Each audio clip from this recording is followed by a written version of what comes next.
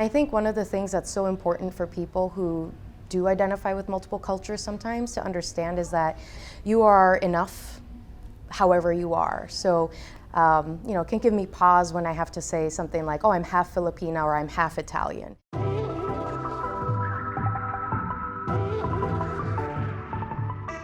My name, Alessandra Carrion, and I'm a co-owner at Pizzaplex. Pizzaplex opened in 2017, and the reason for it is really a love not only for the style of pizza that I grew up with. My mom is from Naples, Italy, and so our family had a pizzeria and a trattoria growing up. So this is something that culturally is very important to me, but also because we wanted to come together with other people who are really passionate about availability of space for community events, or even space where people could connect over cultural exchange.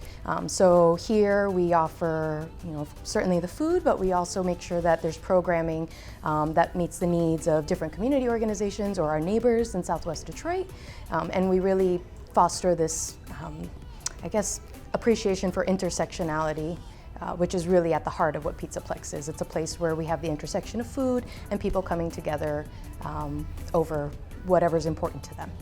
I live in the city of Detroit. I work in Detroit, and I spend some time in the suburbs, but really the community of people I interact with is primarily within the city. And so I can say, in terms of representation, having lived in cities like Seattle and Houston previous to Detroit, it was difficult at first for me to find other Asian Americans, especially within the Filipino community, but over time, in that scarcity mode, I think what ended up happening was that the people, and there are plenty of people here who are Asian American, identify as Asian American, have the ability to connect so deeply and intimately around their Asian American experience that it sort of creates this type of friendship relationship or community that I really didn't have in the other cities where maybe there were many more Asian Americans.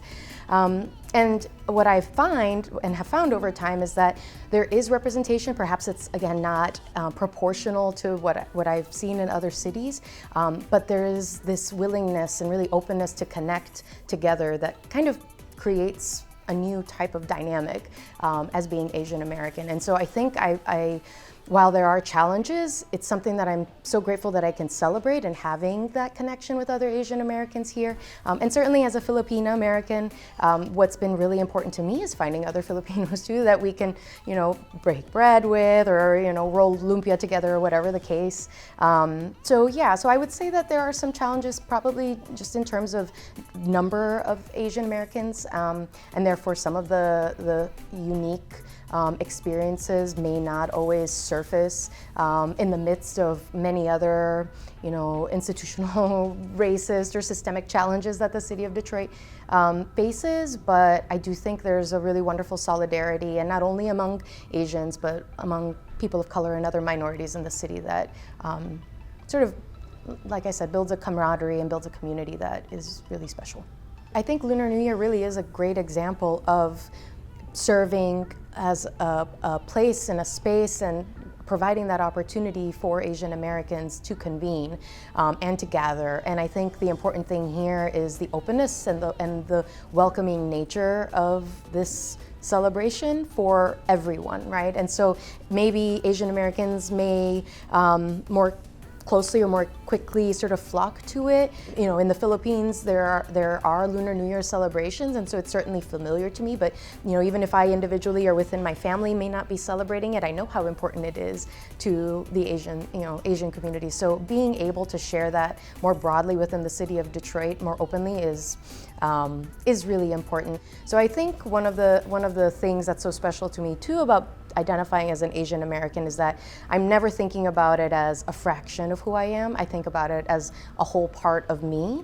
And so I would just put sort of an invitation out to those who maybe struggle with that too sometimes, that you're already enough how you are, and that it's so important that you feel comfortable embracing whatever your culture is, and also being okay exploring it indefinitely. It's a really long journey, but and I'm still on it, but I think I would just end with that.